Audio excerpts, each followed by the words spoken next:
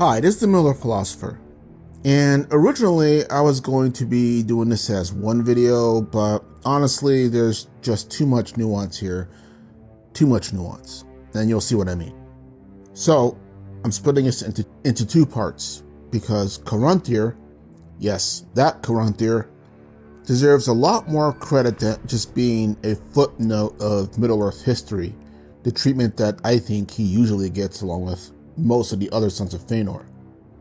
Now, the Sons of Fëanor overall are often written off or seen as one-note villains in the Silmarillion by a lot of fans, I think, with the usual exceptions, of course, being Maedhros and Maglor, because usually they get more credit than most, being the last two survivors of the family that survived long enough to finally drag themselves across the finish line, so to speak, to accomplish their father's wretched oath and retrieve the Silmarils, as was the promise that caused so much destruction. But that's not the full picture. And again, the son who I think gets the least amount of credit and should get more credit is the one who's always more or less reduced to being known as the angry one, so to speak, Caranthir, aka Caranthir the Dark. Now, he's easily the most hot-blooded of the Fëanorian faction, which for the Noldor says a lot. These people were more Noldor than Noldor, basically. And if the Noldor actually had a drama reality show, Caranthir would be that one guy who's flipping over the table in episode 1. Caranthir is explicitly named in only a few key moments of the story. The first being the argument with his cousin Angrod after Angrod returns from meeting High King Thingol of the Sindar, the newly reunited Noldor trying to figure out how to basically coexist with the Sindar that are already in Middle-earth after they had just arrived and basically bailed out the Sindar from their first war. And the second incident being his rescue of Haleth and the Haladin, who were on the brink of annihilation before Caranthir led a countercharge that saved them from being wiped out by orcs. But there's another detail here that the Silmarillion mentions almost in passing, really. And this is where the nuance basically starts to take shape. Caranthir's interactions with the dwarves in the far east of Beleriand. His people form an uneasy but functional alliance with the dwarves of Belagos and Norgrod. And, being honest, the feeling was mutual. The dwarves didn't like the Fëanorians either, and were as equally hot-headed, and also had no qualms about doing something about it either. But they were also wealthy, they were powerful, and most importantly, they shared a mutual reverence for Aule, and that alone was enough to build a bridge of common interest of sorts. Now, none of the Sons of Fëanor embody the worst traits of the Noldor more than Caranthir, and that includes Celebrum and Curufin.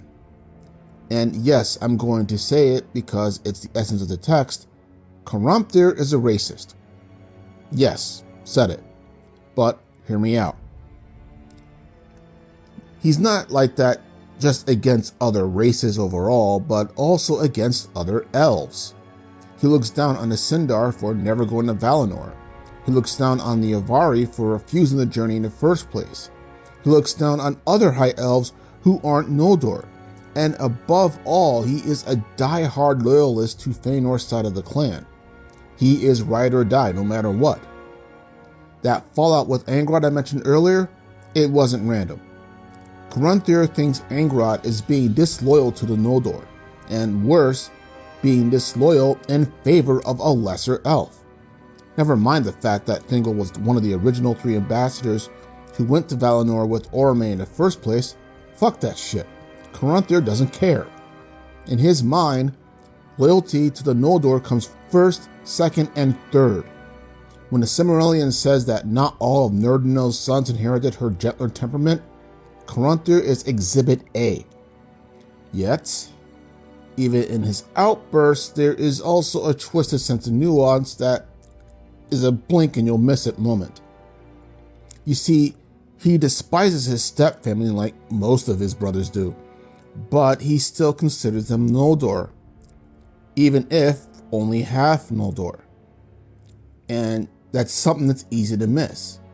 Essentially that there's a begrudging, I wouldn't say respect, but acknowledgement that even though he has a lot of beef with that side of the family, they are still family.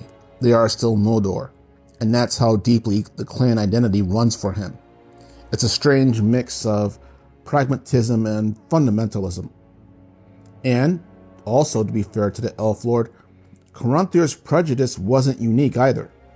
All the High Elves were notoriously strict about clan loyalty, the Vanyar being the most rigid, such as when many who had married the Noldor refused to follow their spouses into exile. And then of course there's the Teleri who went to Valinor, who held grudges like no other when it comes to the elves, and this includes out of all the elves on either side of the sea. And as for the Noldor themselves, well, Fingolfin's faction, Fëanor's brother, Caranthir's uncle, followed out of a sense of loyalty and a desire for justice for the murder of Finwë. Fuck Fëanor. However, Caranthir takes this attitude and then cranks it up several levels. The Vanyar were loyal, sure, and the Teleri were bitter, absolutely. But Caranthir is basically on sight. If you're not on Team Noldor, he's already decided you're beneath him, and he's ready to throw steel and hands over that. And yet, this is where Tolkien's brilliance of writing characters kicks in, because Caranthir does evolve beyond this point. Now, to say that Caranthir softens is a bit much, but he does change, he adapts, he does learn. As I said before, he's also a pragmatist, if prejudiced. At first, he's more or less free to live the extreme lifestyle that he and his faction believe in, which is why they settle in the furthest east of Beleriand and interact the least with all the other Noldor, and other elves for that matter. Their disdain for the Sindar is already well known, as I mentioned earlier.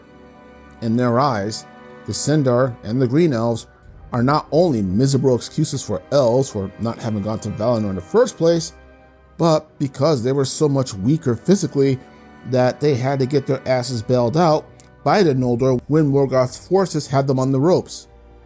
They weren't defeated, but also not able to change their circumstances either. They barely basically had any power. But the dwarves? The dwarves were a different story. Because dwarves. Seriously though, the dwarves of the First Age, as I've said in other videos, were absolute monsters. If they had the numbers and the inclination, they could have easily taken over half of Beleriand a long time ago. They were the only people who truly held their own in the First War. To Caranthir, these people were the furthest thing from the glory and beauty of Valinor, but they were also strong, and they were proud. They were not to be pushed around. When Maedhros mocked Thingol for talking big without backing it up, nobody, and I mean nobody, would say that about the dwarves, and Caranthir recognized that. And, beyond strength, again they shared the deeper devotion to Aule, the same Valar who taught the Noldor how to shape the world with their hands. That shared reverence, origin even if you want to call it that, creates a bond that is arguably stronger than anything Caranthir had with the other High Elves, if you want to be honest. This is where his prejudice starts to shift. Not disappear, but shift. Essentially, he begins making exceptions when the reality contradicts his assumptions. Enter Haleth of the Halidin. While one group was immortal and the other was not, the Halidin and Caranthir's Noldor were surprisingly alike, basically, both being stubborn to the point of hostility, both preferring isolation, both being fierce fighters even when the odds were basically helpless. Caranthir knew about the rival of men, of course, as all the Noldor did, but he dismissed them as being weak and short-lived initially. Then he sees the Halidin, literally fighting to their last breath against the orcs. Unlike the Sindar, who, when faced with similar circumstances, hid behind walls and enchantments. Some Paladin even preferred death over being captured and eaten by orcs. And I think that this hits Caranthir in a way that nothing else does. Game recognizes game. He rescues them not out of pity, but out of respect. That moment forces him to reconsider now his stances on other races, something even his brothers never managed. And moreover, and more importantly arguably, Hal's response to Caranthir's offer. Respectful but fierce, and ultimately refusing to be ruled by anyone, even the people who helped them out.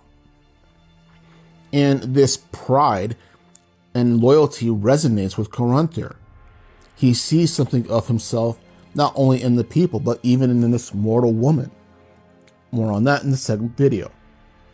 So, by the time that Maedhros begins gathering forces for the final war against Morgoth, some centuries later, Caranthir, once the racist isolationist, is now fully on board with bringing in mortal allies, dwarves and humans. I think it's fair to say that while he's still Team Noldor all the way, I don't think he's really a racist anymore, or at least not to most races. The Sindar, he still hates them. But he's also seeing what these other peoples can do. And besides, it was the humans who nearly killed him when the Eastlings betrayed the Noldor during that war, and the dwarves that ultimately saved him, if indirectly, in the same war. So, what does all this say about Caranthir the Dark? Well, it says that Caranthir wasn't just an Noldoran hothead. He was capable of growth without not fundamentally changing who he was as a person. He remained loyal to Fëanor's cause and oath, even to his own detriment, don't get me wrong. But he also allowed new experiences to reshape and adjust his already held worldview, in many ways that Fëanor arguably never could. When you hear Fëanor's speech about the newcomers and mortals that he makes in Tirion a long time ago. Caranthir is a study basically of someone who is deeply flawed and yes, even toxic, but is still capable of surprising death. He's not redeemed, not at all, but he's not flat either. In fact, I would say that even with all the horrible stuff that he's done, he's not really evil. Again, that's more Kellegrum and Curothin's lane, if you will. But I think this is why that Caranthir deserves a lot more attention and I think respect, even on a level at least close to it of Maedhros, that the stuff that he gets. But let me know your own thoughts below, and this is the Miller Philosopher. You all have a good day.